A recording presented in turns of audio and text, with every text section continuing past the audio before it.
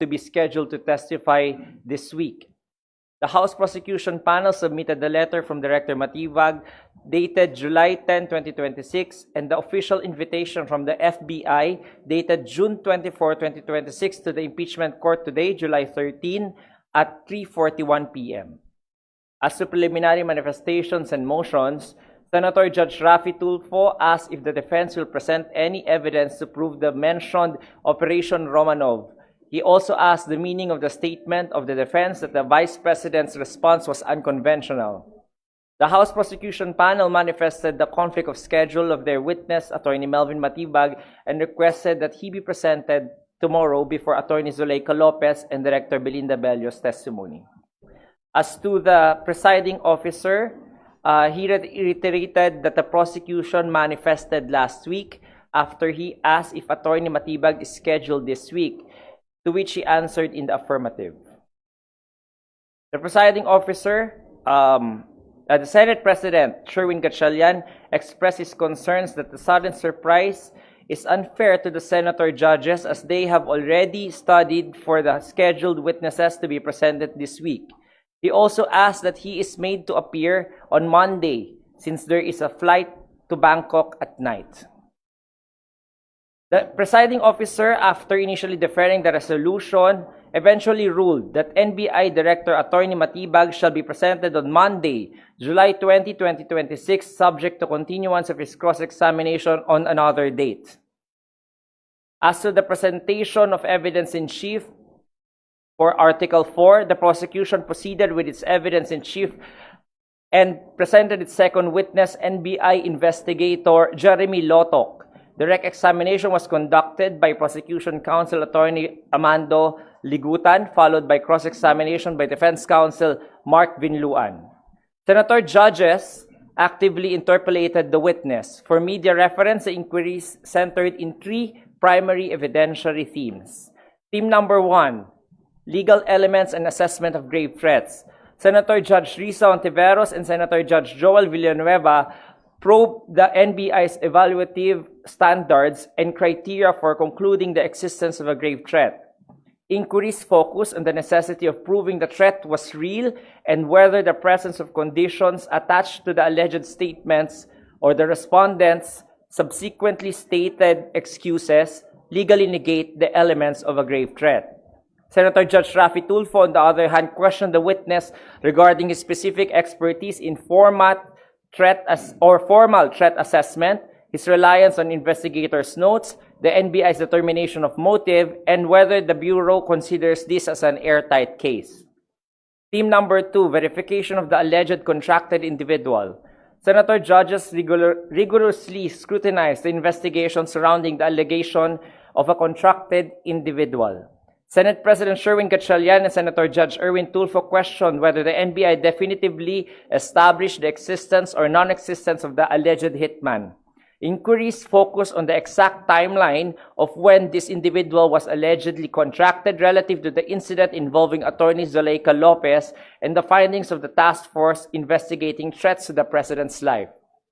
Senator Judge Erwin Tulfo further inquired if the respondent was subpoenaed by the NBI and present during the investigation. Senator Judge Bam Aquino sought details on the methodologies employed by other NBI agents in identifying the alleged contracted person and verified with the defense if a specific denial had been entered in the articles of impeachment regarding this allegation. Theme number 3, procedural integrity and interagency timelines. Senator Judge Amy Marcos, augmented by the presiding officer, noted discrepancies in the timelines of events as recorded between the official subpoena and the witness's executed affidavit. Senator Judge Erwin Tulfo examined the status of the case referred to the Department of Justice, noting it has been pending for over a year. He strictly reminded the NBI to ensure complete procedural accuracy in the filing of future complaints and questioned the House prosecutors regarding their awareness of these documentary discrepancies. Senator Judge Alan Cayetano inquired into the witness's knowledge of parallel investigations potentially conducted by other agencies. Senator Risa Ontiveros sought clarification on whether the NBI's factual findings were different between the filing of their original and the second affidavits. Senator Judge Rafi Tulfo clarified the witness's specific operational scope, establishing during cross-examination that Attorney Lotok was not involved in the initial receipt of the complaint before the DOJ. Following rulings by the presiding officer on various evidentiary motions and objections by both parties, the trial was adjourned. Pursuant to the rules of procedure on impeachment trials, the impeachment court will resume session tomorrow, Tuesday, July 14, 2026, at 2 p.m. The agenda includes a continuation of the prosecution's evidence-in-chief for Article 4. Scheduled witnesses for tomorrow are Attorney Lotok, then Attorney Zuleika Lopez.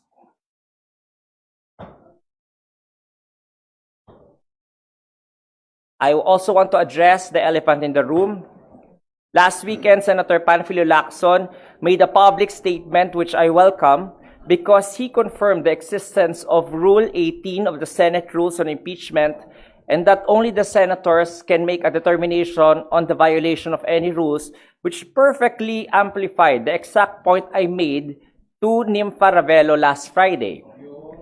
Based on the transcript of that briefing, my explicit response was, quote, "Hindi ko po sinasabing may paglabag si Senator Judge Robin, hindi po ako senador para mag-make ng determination pong ganon. It is clear that I said that making such a determination is entirely outside my mandate and beyond my pay grade. My role as spokesperson is to explain the mechanics of the sub judice rule under Rule 18 as a general concept, not to make any determination of violation by any senator. As a lawyer, I also know Article 6, Section 16 of the Constitution, along with the Senate rules and the Supreme Court decisions, that the power to discipline belongs exclusively to the Senate as a collegial body. Senator Lacson, being a seasoned statesman that he is, was absolutely right to publicly reinforce that boundary and hierarchy. I appreciate his wisdom and guidance as I and him are one in a single purpose, to fiercely protect the institutional integrity, credibility, and hierarchy of not only the Senate, but also the Senate as an impeachment court. Any questions? Attorney, nakausap niyo po ba si Sen Ping about that, or is it the first time na sinasabi niyo po yung ganyang statement sa media? I was with him in the elevator kanina, and I mentioned that I will be thanking him for his public statements. So, wala namang bad blood Wala between po. the two of you? Wala po. Okay, just